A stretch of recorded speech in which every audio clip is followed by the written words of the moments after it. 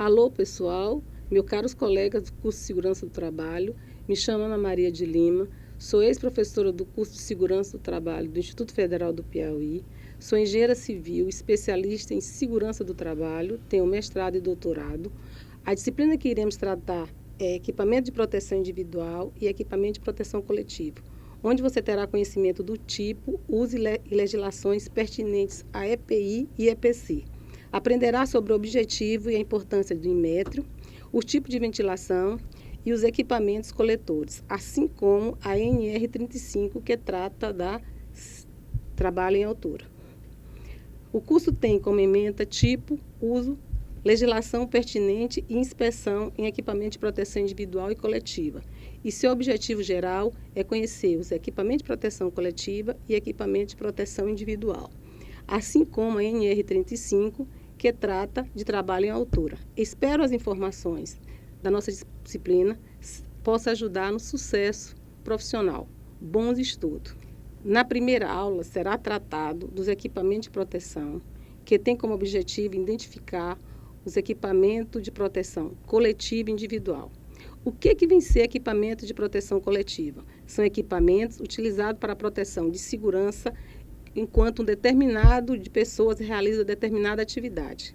O equipamento de proteção coletiva deve ser usado prioritariamente ao uso de equipamento individual. Por exemplo, o interessante é você usar um equipamento que resolva a questão coletiva. Tem um problema de ruído, então vamos fazer o quê? Vamos enclausurar aquele equipamento ao invés de usar um protetor individual. E o que vem ser o equipamento proteção individual? É todo dispositivo ou produto de uso individual, utilizado pelo trabalhador, destinado à proteção contra riscos capazes de ameaçar a sua segurança e a sua saúde. Por exemplo, capacete, uma bota. E entende-se por equipamento conjugado de proteção individual todo aquele equipamento composto por vários dispositivos que o fabricante tem associado a um ou mais riscos. Por exemplo, eu tenho um equipamento que tem o capacete, o protetor auricular e a máscara. Então, para cada risco daquele que o trabalhador está sujeito àquele risco, ele é colocado em um único equipamento. O uso de equipamento de proteção individual só deverá ser feito quando não for possível tomar medidas que permitam eliminar os riscos do ambiente em que se destina a atividade, ou seja, quando as medidas de proteção coletiva não forem viáveis, eficientes e suficientes para a atenuação dos riscos e não oferecem completa proteção contra os riscos de acidente do trabalho e ou doença profissional e do trabalho. A norma NR6 trata de equipamento de proteção individual e dispõe que a empresa é obrigada a fornecer aos empregados gratuitamente o EPI, adequado ao risco, em perfeito estado de conservação e funcionamento nas seguintes condições. São 3 condições que ele usa. Primeira, sempre que as medidas de ordem geral não ofereçam completa proteção contra os riscos de acidente do trabalho ou de doença do trabalho profissional. A segunda, enquanto as medidas de proteção coletiva estiverem sendo implantadas e, por último, para atender a situações de emergência. Entende-se por medida, um meio, uma forma, uma maneira e a palavra proteção nada mais é do que cuidar, preservar, guardar. Portanto, o que vem ser medida de proteção? São os meios utilizados para preservar a segurança do trabalhador. O maior risco de acidente do trabalho está ligado às tarefas desenvolvidas na área de eletricidade e de altura. Os acidentes que ocorrem nessas atividades são os maiores causadores de morte. Para contribuir com a diminuição do número de acidentes causados por queda, existe a NR35. E para serviços com eletricidade, tem a NR10, que são as normas regulamentadoras. Nas tarefas de instalações elétricas, só iniciam depois das medidas de proteção coletiva serem adotadas. São procedimentos específicos para essas atividades, de acordo com a NR10. Garantem não só a segurança, mas a saúde dos envolvidos.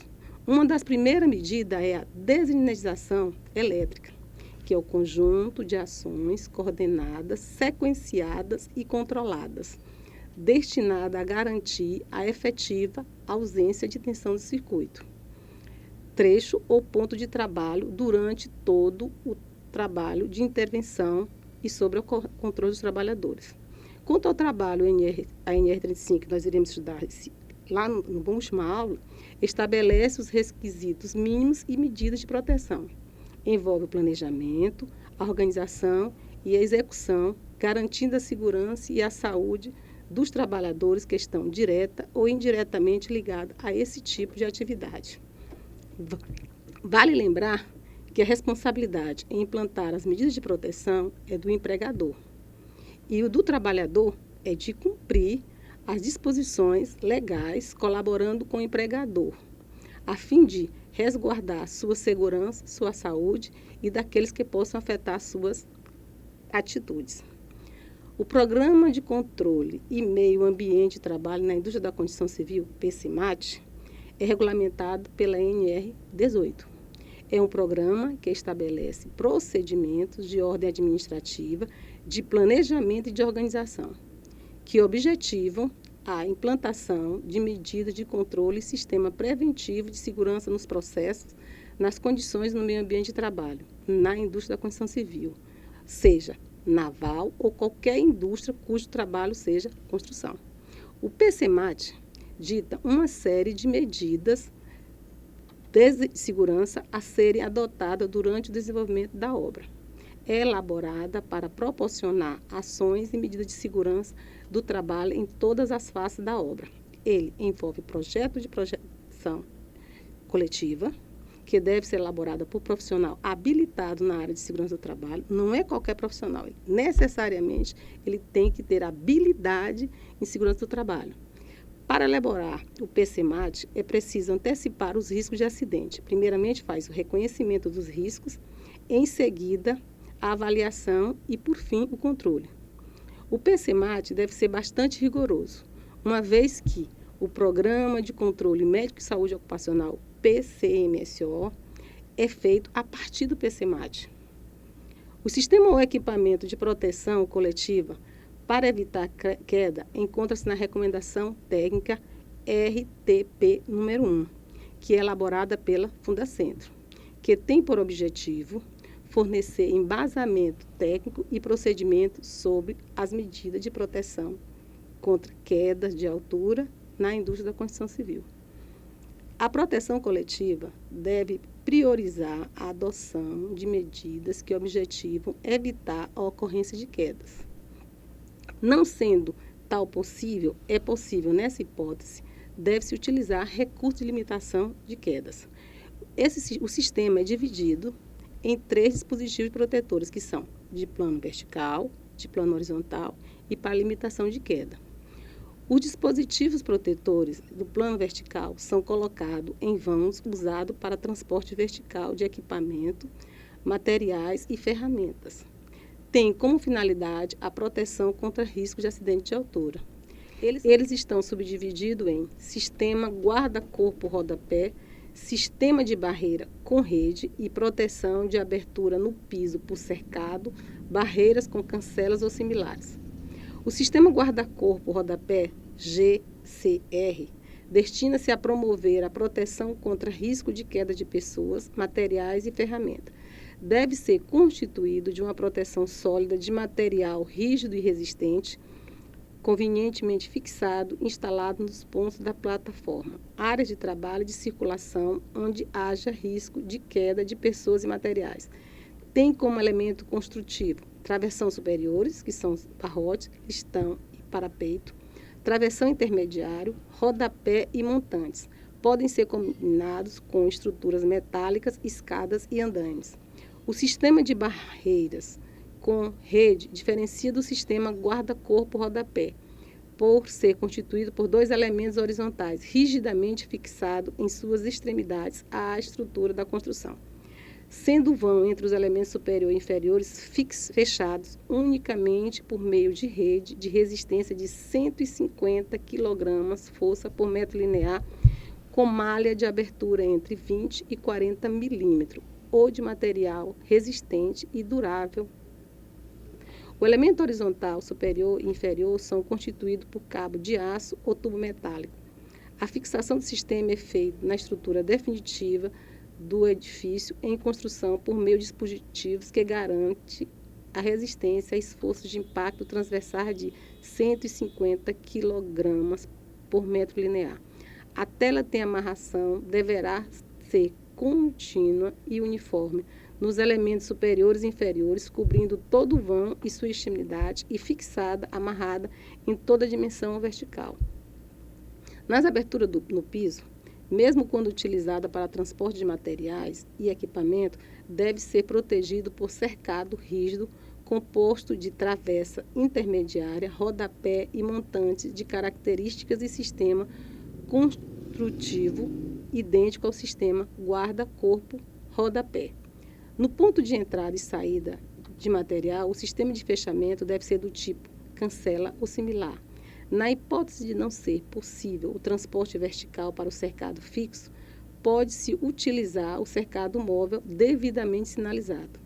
Os vãos de acesso às caixas de elevador devem ter fechamento de painéis inteiriço, no mínimo 1,20 metros de altura, constituído em material resistente fixado à estrutura da edificação até a colocação definitiva das portas. Esses dispositivos de proteção são de instalação obrigatória em todos os níveis da edificação a serem servidos por elevadores. Todas as aberturas na laje e piso, não utilizado para transporte vertical e equipamento, devem ser dotadas de proteção sólida na forma de fechamento provisório fixo, assoalho com encaixe, de maneira a evitar seu deslizamento ou por sistema guarda-corpo-rodapé, que são dispositivos protetores de plano horizontal. Esse sistema conta com uma proteção inteiriça, sólida e sem frestas, devendo ser fixada perfis metálico ou de madeira de forma de fechamento provisório, mas absolutamente fixo. Em todo o perímetro da construção de edifício com mais de 4 pavimentos ou altura equivalente, é obrigatório a instalação de plataforma principal, plataforma terciária, dependendo do número de pavimentos ou altura da edificação. Na construção de edifício com pavimento no subsolo, deve ser instalado ainda plataformas terciárias de proteção. Devem ser de material rígido e resistente, sempre considerando a carga que deverá ser suportada. A plataforma principal, mais conhecida como bandejão, é instalado após se concretar a primeira laje, pois é aí que deve ser colocada. A distância entre o edifício e a extremidade da plataforma é 2,50 metros, acrescentando ainda a extremidade de 0,80 centímetros, com inclinação de 45 graus. Na plataforma secundária, instalada de 3 em 3 lajes, contada a partir da principal.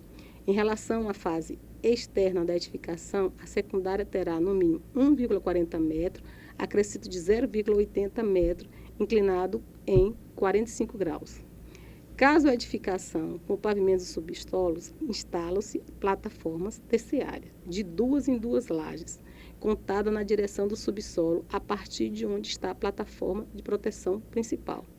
Deve, no mínimo, ter 2,20 metros da fase da construção até a extremidade, e, igualmente a outras, precisam ter 80 centímetros, com inclinação de 45 graus. Essas plataformas devem ser rígidas e dimensionadas de modo a resistir aos possíveis impactos a qual estão sujeitas.